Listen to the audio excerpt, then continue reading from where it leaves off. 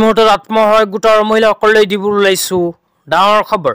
তো যিসকল আত্মসহায়ক গোটৰ মহিলাসকলে 10,000 টকা পোৱাৰ বাবে অপেক্ষা কৰি আছে, সেইসকল মহিলাই ভিডিঅ'টোত ক্লিক কৰিছে যদি অনুগ্ৰহ কৰি ভিডিঅ'টো স্কিপ নকৰি প্ৰথমৰ পৰা শেষলৈ চাই থাকিব, কিয়নো এইটো ভিডিঅ'ৰ মাজত আত্মসহায়ক গোটৰ মহিলাসকলক 10,000 টকা কেতিয়া আৰু কিমান তাৰিখে প্ৰদান কৰিব এই বিষয়ত এখন গুৰুত্বপূৰ্ণ আপডেট আপোনালোকক প্ৰদান কৰিম।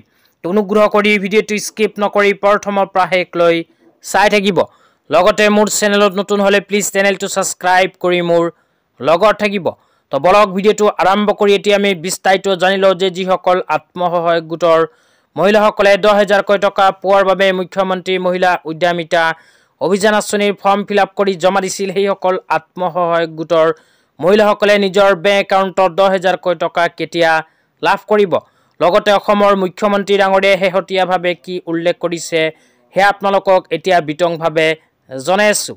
তো অনুগ্ৰহ কৰি ভিডিঅ'টো স্কিপ নকৰি প্ৰথমৰ পৰা শেষলৈ চাই থাকিব। তো অসমৰ মাননীয় মুখ্যমন্ত্ৰী ডাঙৰীয়াই শেহতীয়াভাৱে কোৱা অনুযায়ী যিসকল আত্মসহায়ক গোটৰ মহিলাসকলে 10,000 টকা পোৱাৰ বাবে মুখ্যমন্ত্ৰী মহিলা উদ্যমিতা অভিযান আঁচনিৰ ফৰ্ম ফিল আপ কৰি জমা দিছিল আৰু সকলো এলিজিবিলিটি ক্ৰাইটেৰিয়াৰ ভিতৰত পৰিব, সেইসকল আত্মসহায়ক গোটৰ মহিলাসকলে অহা ফেব্ৰুৱাৰী মাহৰ 1 তাৰিখত লাভ কৰিব 10,000 টকা।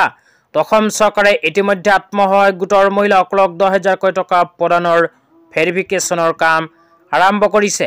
তো আপোনালোকৰ অঞ্চলত ভেৰিফিকেশ্যনৰ কাম হৈছেনে নাই ভিডিঅ'টো চাই আছে যদি এইটো ভিডিঅ'ৰ কমেণ্ট বক্সত কমেণ্ট কৰি জনাই দিব। লগতে যিসকল মহিলাই এতিয়ালৈকে ভেৰিফিকেশ্যন কৰা নাই সেইসকল মহিলাই অহা 21 ডিচেম্বৰ তাৰিখৰ ভিতৰত কৰিব লাগিব ভেৰিফিকেশ্যন।